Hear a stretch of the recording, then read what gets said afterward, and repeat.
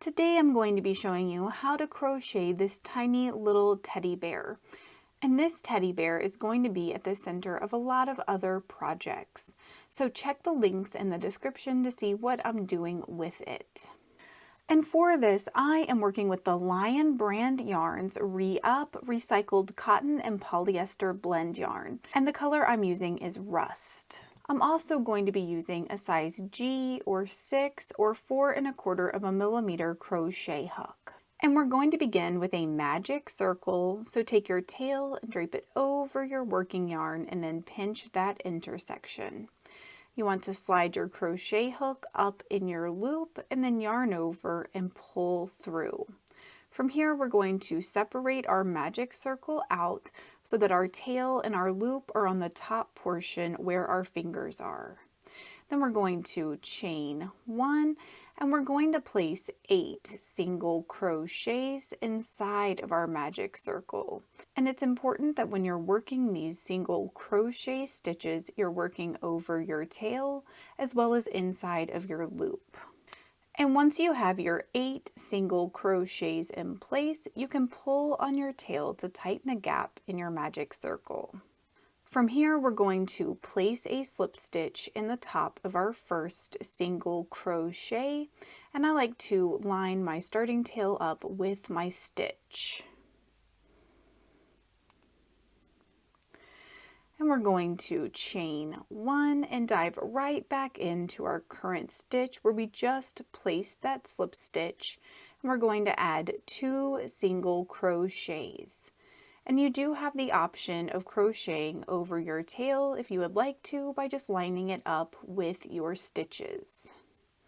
From here, we're going to place 2 single crochets in each stitch in our row, going all the way around, for a total of 16 single crochets.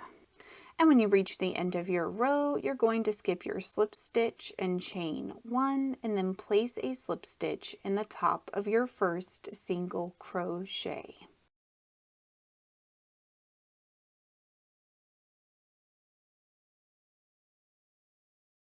From here, we want to chain 1 and then place 1 single crochet back in our current stitch. And from here, we're going to alternate between placing 1 single crochet and then 2 single crochets, going all the way around our row for a total of 24 single crochets. And at the end of your row, you want to skip your slip stitch and chain 1 and then place a slip stitch in the top of your first single crochet. And if you're new to crochet, I recommend marking this little slip stitch with a safety pin or stitch marker. Otherwise, in our next stitch over, in the front loop only, which is this loop that's closest to you when you're looking at the V portion of your stitch, we're going to place 1 single crochet, then 1 half double crochet. So to do that, yarn over and slide your crochet hook in your front loop, yarn over and pull through your loop, and then yarn over and drop all 3 loops on your crochet hook. Then we're going to add a double crochet back to that same front loop. So you should have 3 stitches in that first front loop here. In our next front loop, we're going to place 2 double crochets. And don't forget to like and subscribe for more crochet tutorials and patterns. And then in our next front loop, we're going to place 1 double crochet, then 1 half double crochet, and then 1 single crochet. And from here, we're going to place 1 slip stitch in the front loop only of the remaining stitches in our row until we get down to the last 4 stitches of our row. And I want you to place your slip stitches until you have your last 4 stitches right here. So this is your slip stitch that you did have the option of marking if you wanted to. So you want to have 3 stitches left over after your slip stitch. And what we're going to do is place one single crochet in our next front loop. And we're going to add a half double crochet as well as a double crochet to our same front loop. Then we're going to place 2 double crochets in our next front loop. And then a double crochet, half double crochet, and single crochet in our last little front loop here.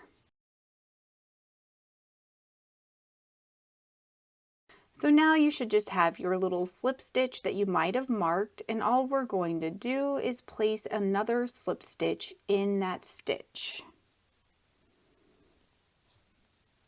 And from here we're going to cut and tie off our yarn.